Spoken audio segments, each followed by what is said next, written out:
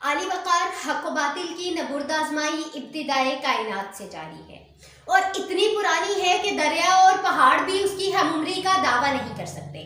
تاریخ بتاتی ہے کہ ان جماعتوں میں سے ایک نے ہمیشہ حق کی پرستش کی اور کلمہ حق کی سربلندی کے لیے اپنی جان تک دینے سے بھی گریز نہیں کیا، اور اجالوں اور روشنیوں کے وہ دیپ جلائے کہ آنے والے کئی زمانے ان کے مکروز ٹھہرے۔ علی وقار آندھیاں چلی، طوفان آئے، لیکن کوئی بھی مشکل ان کے مصمم ارادوں کو متزلزل نہ کر سکی، اور وہ آندھیوں اور اندھیروں کے خلاف اجالوں اور روشنیوں کے متلاشی رہے۔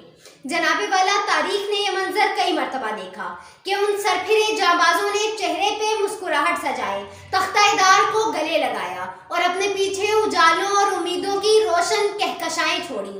ہاتھ کٹتے رہے پر مشعلیں تابندہ رہیں، جو رسم تم سے چلی باعث تقلید بنی۔ شب کے صفاق خداؤں کو خبر ہو کہ نہ ہو، جو کرن قتل ہوئی شعلہ خورشید بنی۔ صدر محترم، اپنے پیچھے اندھیرے نہیں اجالے چھوڑنے والے یہ وہ لوگ تھے جنہوں نے بھوک پیاس کو شکست دی، قید و بند کی صعوبتیں برداشت کی، عزیز و اقارب کو کھونے کا غم سہا۔ علی وقار ہر آسانی ہر آسائش قربان کر دی، مخالفتوں کا بارے گراں اپنے سر پہ لیا، لیکن باطل کی غلامی و پرستش پر حق پرستی کی موت کو فوقیت دی۔ علی وقار اجالوں کی مسافتوں کو تاریکیوں کی منزل سے بہتر جانا، اور علی وقار انہی لوگوں نے ہر دور کی کربلا میں ثابت کیا کہ ہم گرجیں تو پہاڑوں کے جگر چیر کے رکھ دیں، اڑ جائیں تو تقدیر کے پر کاٹ کے رکھ دیں۔ علی وقار تاریخ کا بنظر غائر مطالعہ کیجئے، آئیے دیکھیے تپتے ہوئے صحرا میں خانوادہ رسول باطل کے خلاف اپنی آخری سانس تک لڑا اور اپنے پیچھے فتح دین کا ورثہ چھوڑ گیا۔ دیکھیے محمد بن قاسم کی معمولی فوج کیسے دیبل میں ظالموں کے لشکر جرار سے محاذ آرا رہی، علی وقار کیسے خوبصورت اجالے چھوڑ کے گئی۔ دیکھیے لے کے رہیں گے پاکستان، بن کے رہے گا پاکستان کے نعروں کی گونج میں کیسے لاکھوں سر تن سے جدائی کا روگ سہ گئے، اور نتیجے میں یہ وطن عزیز ہمیں تھما گئے۔ جناب علی آخر کو ہو کے لالا ہوگا نو بہار میں، خون شہید عشق نہ زیر زمیں رہا، دی جان ایسے ہوش سے اپنی کہ خلق کو جینے کا میرے تادم آخر یقین رہا۔ علی وقار مقتلوں میں سر کٹتے رہے، تیر و تفنگ کی برسات جسموں کو چھلنی کرتی رہی، ریگستان و بیابان خون کو خشک کرتے رہے، لیکن یہ مردان دلیر موت کی آنکھوں میں آنکھیں ڈالے راہ حق پہ ڈٹے رہے۔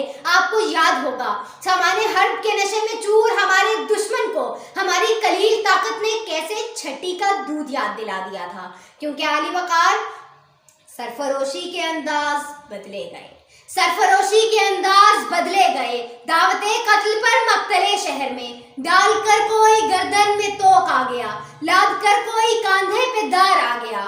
علی وقار دور حاضر پہ نظر ڈال لیجئے، برہان وانی جیسے گوہرے نایاب اجالہ آزادی کی امید میں اپنی زندگی کو وار گئے۔ اس فلسطین کی ننھی مجاہدہ کو دیکھیے جو اپنی ننھی معصوم جان پر بارود باندھ کر یہودیوں کو واصل جہنم کرائی۔